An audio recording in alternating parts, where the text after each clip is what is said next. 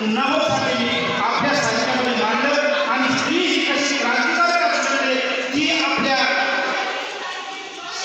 शक्तीच्या बळावर समाज कसा बदलू शकते, कुटुंब कसा बदलू शकते, देश कसा बदलू शकते याविषयी प्रखरपणे सांगण्याचं काम अण्णाभाऊ साठे या ठिकाणी केले. आणि म्हणून अण्णाभाऊ साठेंच्या साहित्याचं जे केंद्र आहे ते स्त्री होतं आणि स्त्रियांवर त्यांनी मोठ्या प्रमाणामध्ये या ठिकाणी लिहिण्याचा आपल्याला अण्णाभाऊ काय म्हणतात, चित्रा ही पहिली कादंबरी अण्णाभाऊची रशियन भाषेमधून सुद्धा प्रकाशित झालेली आहे. सुलतान बाबाच्या कंदरे हे सुद्धा त्याच्या मोठ्या प्रमाणामध्ये या भाषा वेगवेगळ्या ज्या आहेत त्याच्यामधून या ठिकाणी बदल झालेला आपल्याला आढळून स्त्री शिक्षण करत असताना अण्णाभाऊ काय सांगतात की स्त्रियांच्या शिलाच्या अनुषंगाने सांगितलेलं आहे की अण्णाभाऊ म्हणतात स्त्रीचं शील हे आरशाप्रमाणे असतं.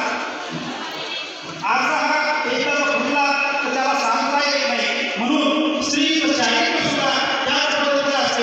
हे जर एकदा दुभंगलं तर नंतर सांगता येत नाही. अशा प्रकारचं चारित्र्याचं वर्णन अण्णाभाऊ साठे स्त्रीच्या संदर्भामध्ये केलेले आहे. म्हणून अण्णाभाऊ साठे स्त्रियांच्या चारित्र्याला त्यांनी महत्त्व देत होते. छत्रपती शिवाजी